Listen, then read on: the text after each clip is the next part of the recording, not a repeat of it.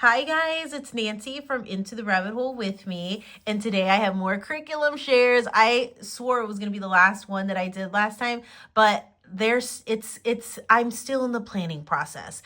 And so a lot of the stuff you're going to see it come the summertime because we're not going to implement it until the summertime. But before I go any further, thank you guys for all the questions and the likes and everything that you've really been sharing and doing with my YouTube channel. This is all fairly still new to me. Normally where I reside, my home base is Instagram, and I feel very comfortable over there on Instagram, not so much here on YouTube. So I thank you guys and I appreciate all the love and support. Okay, so I ordered some stuff. A lot of this stuff isn't going to pop up until like the summertime. And also, by the way, if you want to see how I incorporate all this stuff and dailies on like just lesson plan ideas and things of that sort, then follow me over on Instagram, because over there in stories I really do try to share more of like the daily life, like here's what we're doing today and this is what we did and that type of thing. So anyway, I got an order from Simply Charlotte Mason, and I also have some books from Thrift Books that came in. I figured we might as well open up everything today.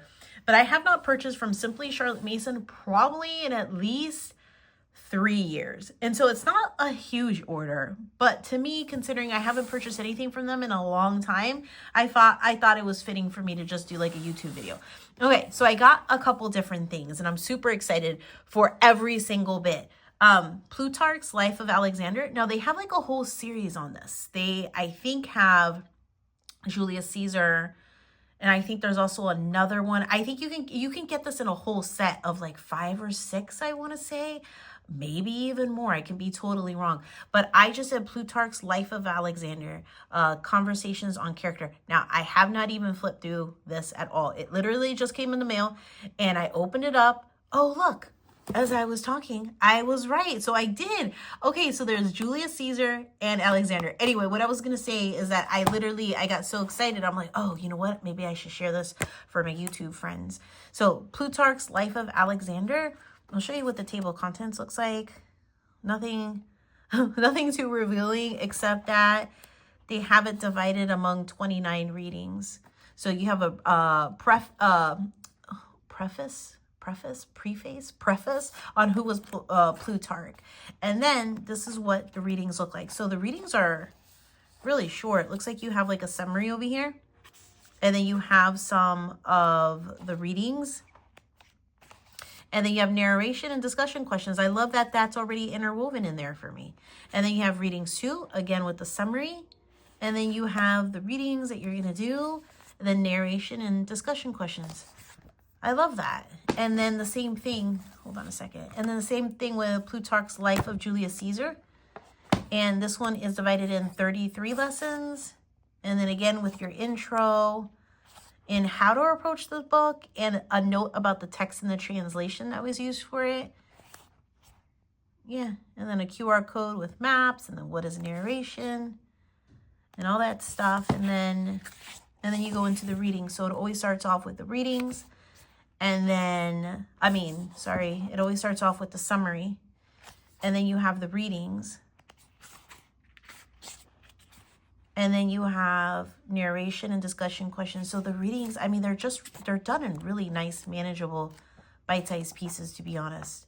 So I haven't looked at the reading itself. Like, I know it's going to be interesting, especially for my history-loving 6th grader. Like, he loves this stuff. But I do plan on also using this, not this year, but I do plan next time when we revisit ancient civilizations to do this with my now 4th grader. Who knows how old he'll be by the time that we do this. But I just wanted to say too that I'm going on this whole journey this 26-27 school year, where just because we're not studying ancient civilizations does not mean that we can't learn and continue to educate ourselves on people from ancient times, you know?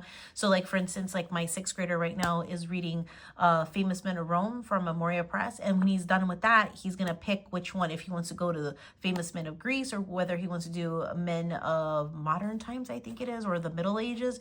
And I'll let him decide. But that's like my whole thing, because I think sometimes we tend to pigeonhole ourselves, and like, just because we're not studying ancient times for history doesn't mean that we can't still continue to study it, period. You know what I mean? In other areas outside of history.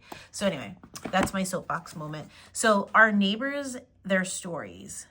And this is world history from 1550 to 1850. So if you guys follow me on Instagram, you guys know this is the time period that we're currently covering. So I wanted to see how they approached it. So this is a living history book, a bird's eye view of world history during early modern times. It's supposed to be masterful storytelling. Okay. I think that this is going to be good. Let's see the table of contents in here. Okay, so this is covering, what I liked about it is this is covering a lot of stuff that we're not specifically covering in any of our histories that we're pulling in. So there's a lot of stuff in here. I mean, obviously, we're going to be covering the Industrial Revolution and we're going to be covering things like that. But the Great Fire of London, maybe it's covered for like a brief period, but we can always use some extra readings and stuff, you know? So here's chapter 1. And then that's it. And then here's chapter 2. And there you go. And then chapter 3. Oh, that was a short one. So that was a short one. So they're all going to vary in length. But I'm actually excited for that one. And I want to implement this like now because this is something that we're doing, you know? Okay. So this is going to be our second summer that we jump into Shakespeare. And I saw, and this is what made me purchase from them in the very beginning anyway, were these. So they have a lot of like Shakespearean study guides, not study guides, curriculum on Shakespeare. So I ended up getting 3. So the Comedy of Errors and As You Like It, because I plan on doing a little bit of compare and contrast as well between the two, a Comedy of Errors and a Comedy of Errors, yeah, and As You Like It, and then the Julius Caesar one. All right. So when I saw this, what I particularly liked about it is, and now I know it's recommended for, now it is the complexity of the text, but it's also the subject matter of the text at times that determines the grade level. So it is going to be the reading complexity, the complexity of the play, but part of it is also going to be the age. I mean, the content inside. So see, this one's grades 2 to 12 because these are more lighthearted. These are comedies, you know, like that sort. And then this one obviously is going to have a little bit of more mature content and stuff. So I haven't decided, and I don't have to do this all this year. It's going to be maybe some like next summer, but I wanted to have it on hand so that way I didn't forget it. But they kind of, the approach on how they do it. Now, I'm not an expert, so always take what I say with a grain of salt because I've never used this program. So, you know, I'm not the expert authority on this. So they're going to tell you how to do it. And from my understanding, the way that this works is it starts off by having you read a narrative version of the story, not the play itself, but a narrative version. So that way you become accustomed to the storyline. And then what you do after that is you actually read the actual play as written by Shakespeare. And then the final part is you watch a movie adaptation of it. And so I just really like the flow. I also like the sidebar stuff, which doesn't have anything on this particular page that I'm sharing with you. But like the notes that they have as you go through it and like you're reading the narrative story. And then it has like your character list in here. Oh, this is a scene. Okay, so the very first part was just a narrative story. And now you're getting into the actual play. And this is what I like down here. So there are explanations along on the left-hand side. Not all the time, but, you know, provides a little bit more guidance and stuff. So that's why I wanted to go with that. Because last summer was the first time that we dived into Shakespeare and we did a Midsummer Night's Dream, and so we did that. And so this time I wanted us to get in some of these other ones and continue our study of Shakespeare. And so see, step 1, read the story, hear the script, watch the play. And that is the plan of attack for each one of these. So it tells you how to approach it, that you're going to read the narrative story, and then they always attach the actual script or the play. And then so you have the play in here. And again, it has like the sidebar with information for you. and then you're gonna watch it. And I like it, and that method spoke to me. It spoke to me this time. So that's what I'm gonna do. But I am gonna have them also. So my plan for the summertime is gonna be to do As You Like It and to do the Comedy of Errors, and then we're going to be comparing and contrasting the two because they are different. And then Julius Caesar may or may not happen this year, but at least I already have it. So that's the plan. Let me go open up the Thrift Books and I'll be right back. Okay, so for Thrift Books, I've started to just purchase books that I need for Beyond the Page, for our literature guide there. But there's also other books along the way that I needed for other curriculum for both kiddos. So at this point, I'm expecting a couple different packages from Thrift Books, but I've forgotten at this point like what it is that I purchased.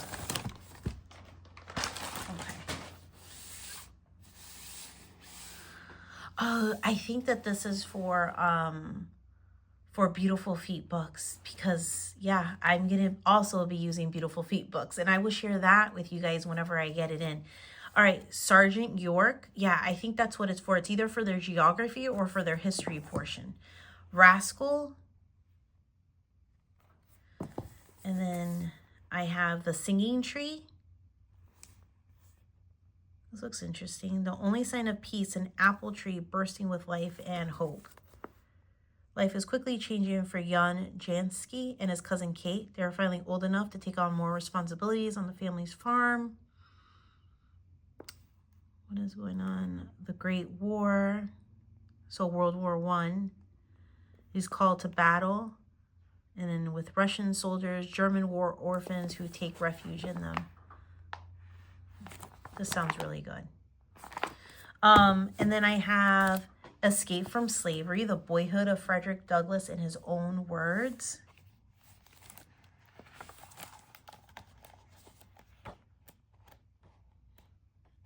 I'm pretty sure that this is Beautiful Feet books, or maybe it was just something that I picked up along the way.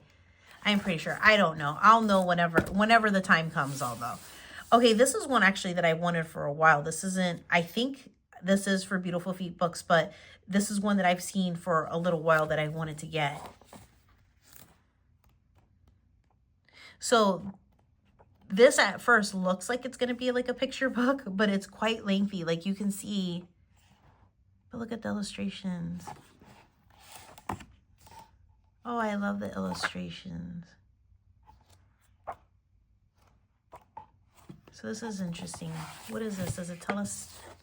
It doesn't tell me in the back. It's a library book. War Boy. Okay, and then 10 Mile Day and the Building of the Transcontinental Railroad.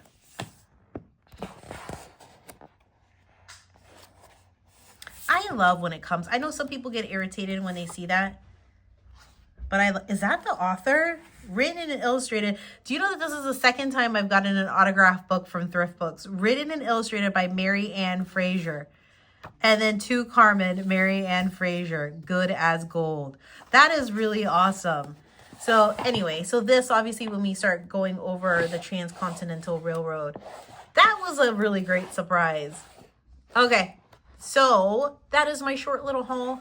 I am going to have a lot more books because I got in trouble with my husband over the library. And at this point, he was telling me that it's better for me to purchase the books than it is to get it from the library at this point. So, hey, to me, that's an open check for me. Okay. So I took it and I ran with it. So I do have some more that's coming in for like Moving Beyond the Page, for science, for like tons of other stuff. So I just wanted to share this with you guys. Thank you guys for joining me, and subscribe if you want to see more. All right. Bye guys.